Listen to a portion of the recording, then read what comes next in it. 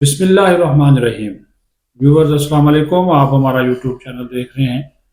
News to you. امید ہے آپ خیریت سے ہوں گے۔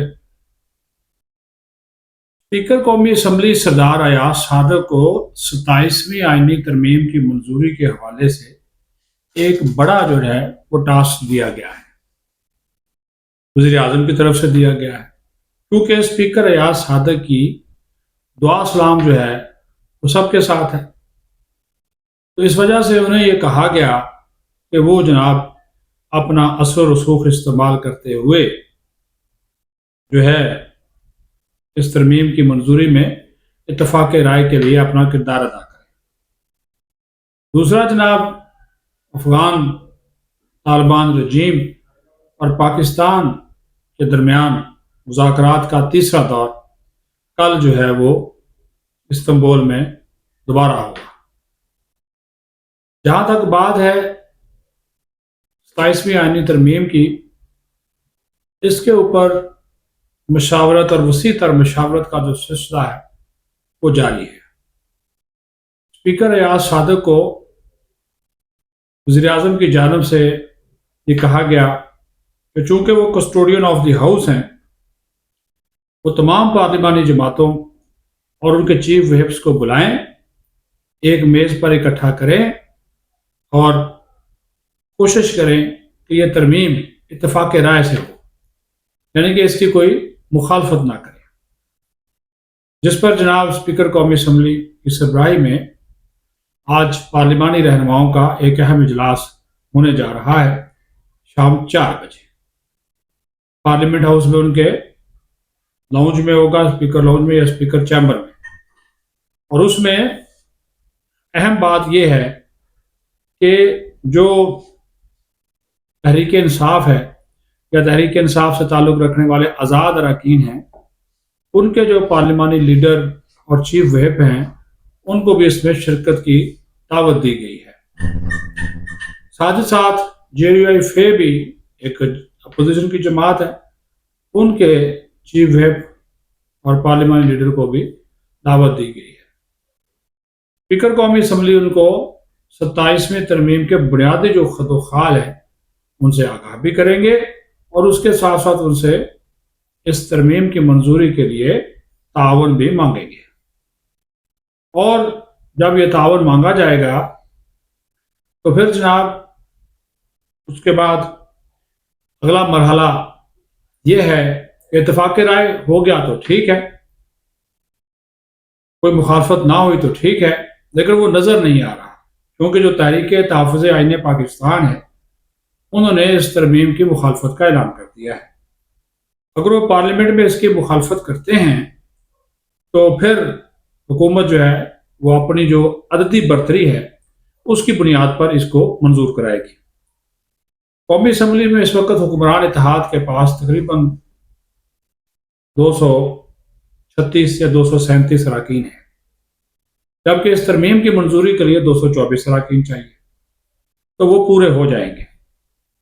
تمام جو اتحادی جماعتوں کے اراکین قومی اسمبلی ہیں یا نون لیگ کے جو اراکین قومی اسمبلی ہیں،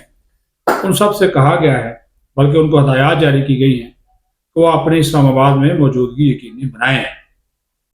اور جب تک یہ ترمیم منظور نہیں ہو جاتی اس وقت تک وہ شہر نہ چھوڑیں۔ یہ حکم نامہ چیف ویپس کے ذریعے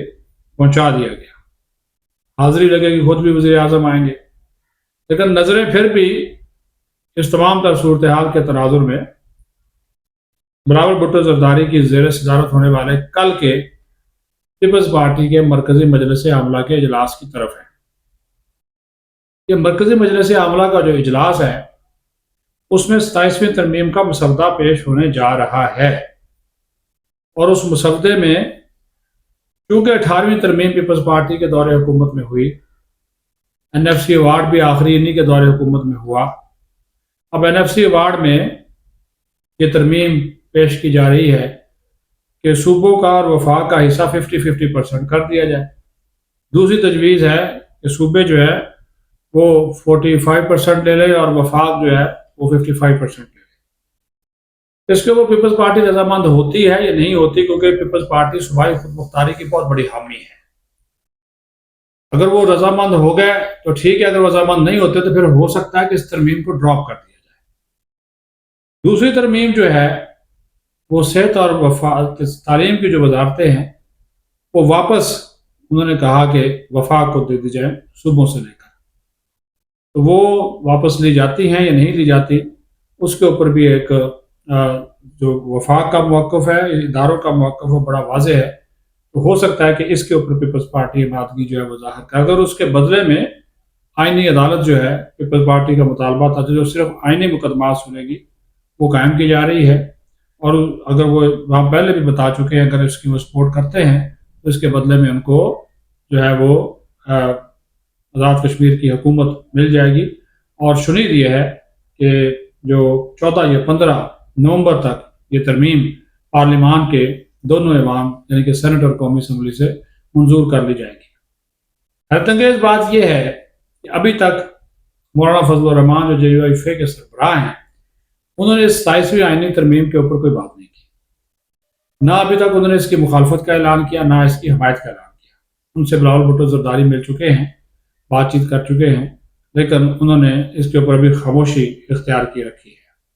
گھاٹے کا سودا تو مولانا فضل الرحمان بھی نہیں کرتے، تو لہٰذا ان کی بھی اب وہ انتظار ہے کہ وہ اپنا اونٹ کس کروٹ جو ہے وہ بٹھاتے ہیں۔ اس کے اوپر بھی غور و خوض جو ہے وہ جاری ہے۔ اب آ جائے پاکستان اور افغان طالبان کے درمیان مذاکرات کا جو دوسرا دور ہے، تیسرا دور جو ہے وہ کل استنبول میں شروع ہونے جا رہا ہے، اور اطلاعات یہ ہیں کہ ہمارے قومی سلامتی کے ادارے کے جو سربراہ لیفٹیننٹ جنرل عاصم ملک صاحب ہیں جو کہ قومی سلامتی کے مشیر بھی ہیں، وہ اس مرتبہ پاکستان کی ڈیلیگیشن کو لیڈ کریں گے۔ اطلاعات ہیں، کنفرمیشن شام تک ہو جائے گی۔ اور دوسری طرف سے بھی افغانستان کا وفد ہوگا، اس طرف کو پاکستان وزارت خارجہ کے کام جو ترکیہ میں پاکستانی ایمبیسی ہے اس کے اعلیٰ مقام امبیسڈر وغیرہ بھی موجود ہوں گے، لیکن بات چیت وہیں سے شروع ہوگی جہاں پہ ختم ہوئی تھی، ٹھیک ہے؟ اور وہ بات چیت یہاں پہ ختم ہوئی تھی کہ دہشت گردی کے لیے افغان سرزمین استعمال نہیں ہوگی، دہشت گردی کے مکمل خاتمے کے لیے افغانستان میں اب طالبان کی حکومت ایک جامع، مؤثر، قابل تصدیق میکانزم بنائے گی۔ پاکستان کے ساتھ مل کر اس میکانزم کو طے کیا جائے گا تاکہ در اندازی نہ ہو اور افغان سرحدوں کے اندر سے دہشت گرد جو ہیں وہ پاکستان میں داخل نہ ہو۔ اس کے لیے پاکستان چاہتا ہے تحریری معاہدہ، تحریری ضمانت وہ دینی پڑے گی، کیونکہ ان مذاکرات میں ثالث کا کردار ادا کر رہے ہیں قطر اور ترکیہ، اور پاکستان ان کے کہنے کے اوپر، کیونکہ دونوں برادر ملک ہیں، ان کے کہنے پر ہی پاکستان ان مذاکرات کو آگے بڑھا رہا ہے۔ لیکن بال افغان طالبان کے کورٹ میں ہے، وہ وقت حاصل کرتے ہیں جنگ بندی برقرار رکھنے کے لیے، وہ برقرار ہے، بارڈر ابھی تک کھلا نہیں ہے، چمن تورخم بارڈر بند ہے، گاڑیاں کھڑی ہیں، لوگ صرف افغان مہاجرین واپس جا رہے ہیں، اس کے علاوہ کوئی آمد نہیں ہو رہی، تجارت بالکل بند ہے۔ وہ وقت گین کرتے ہیں لیکن بعد میں پھر آئیں بائیں شائیں کرتے ہیں، لیکن پاکستان نے اس مرتبہ واضح کر دیا کہ اب ایسا نہیں چلے گا، بالکل نہیں چلے گا۔ آپ کو بات چیت کے ذریعے مذاکرات کو کامیاب بنانا ہے تو تحریری پاکستان کو کمٹمنٹ دینی ہوگی، اور اگر پاکستان کو آپ تحریری کمٹمنٹ نہیں دیتے تو پھر انہوں نے کہا کہ پاکستان اپنے فیصلے کرنے میں آزاد ہوگا، پھر جنگ بندی بھی ختم ہو جائے گی، اور پھر اگر افغانستان کی سرزمین سے پاکستان میں دہشت گردی ہوتی ہے یا در اندازی ہوتی ہے تو پھر پاکستان اس کا منہ توڑ مؤثر جواب جو ہے وہ دے گا۔ یہ کلیئر کٹ سی بات ہے، اس میں کوئی دو رائے ہے ہی نہیں۔ ہمارے فیلڈ مارشل سید عاصم منیر صاحب اس حوالے سے بڑا واضح ہے،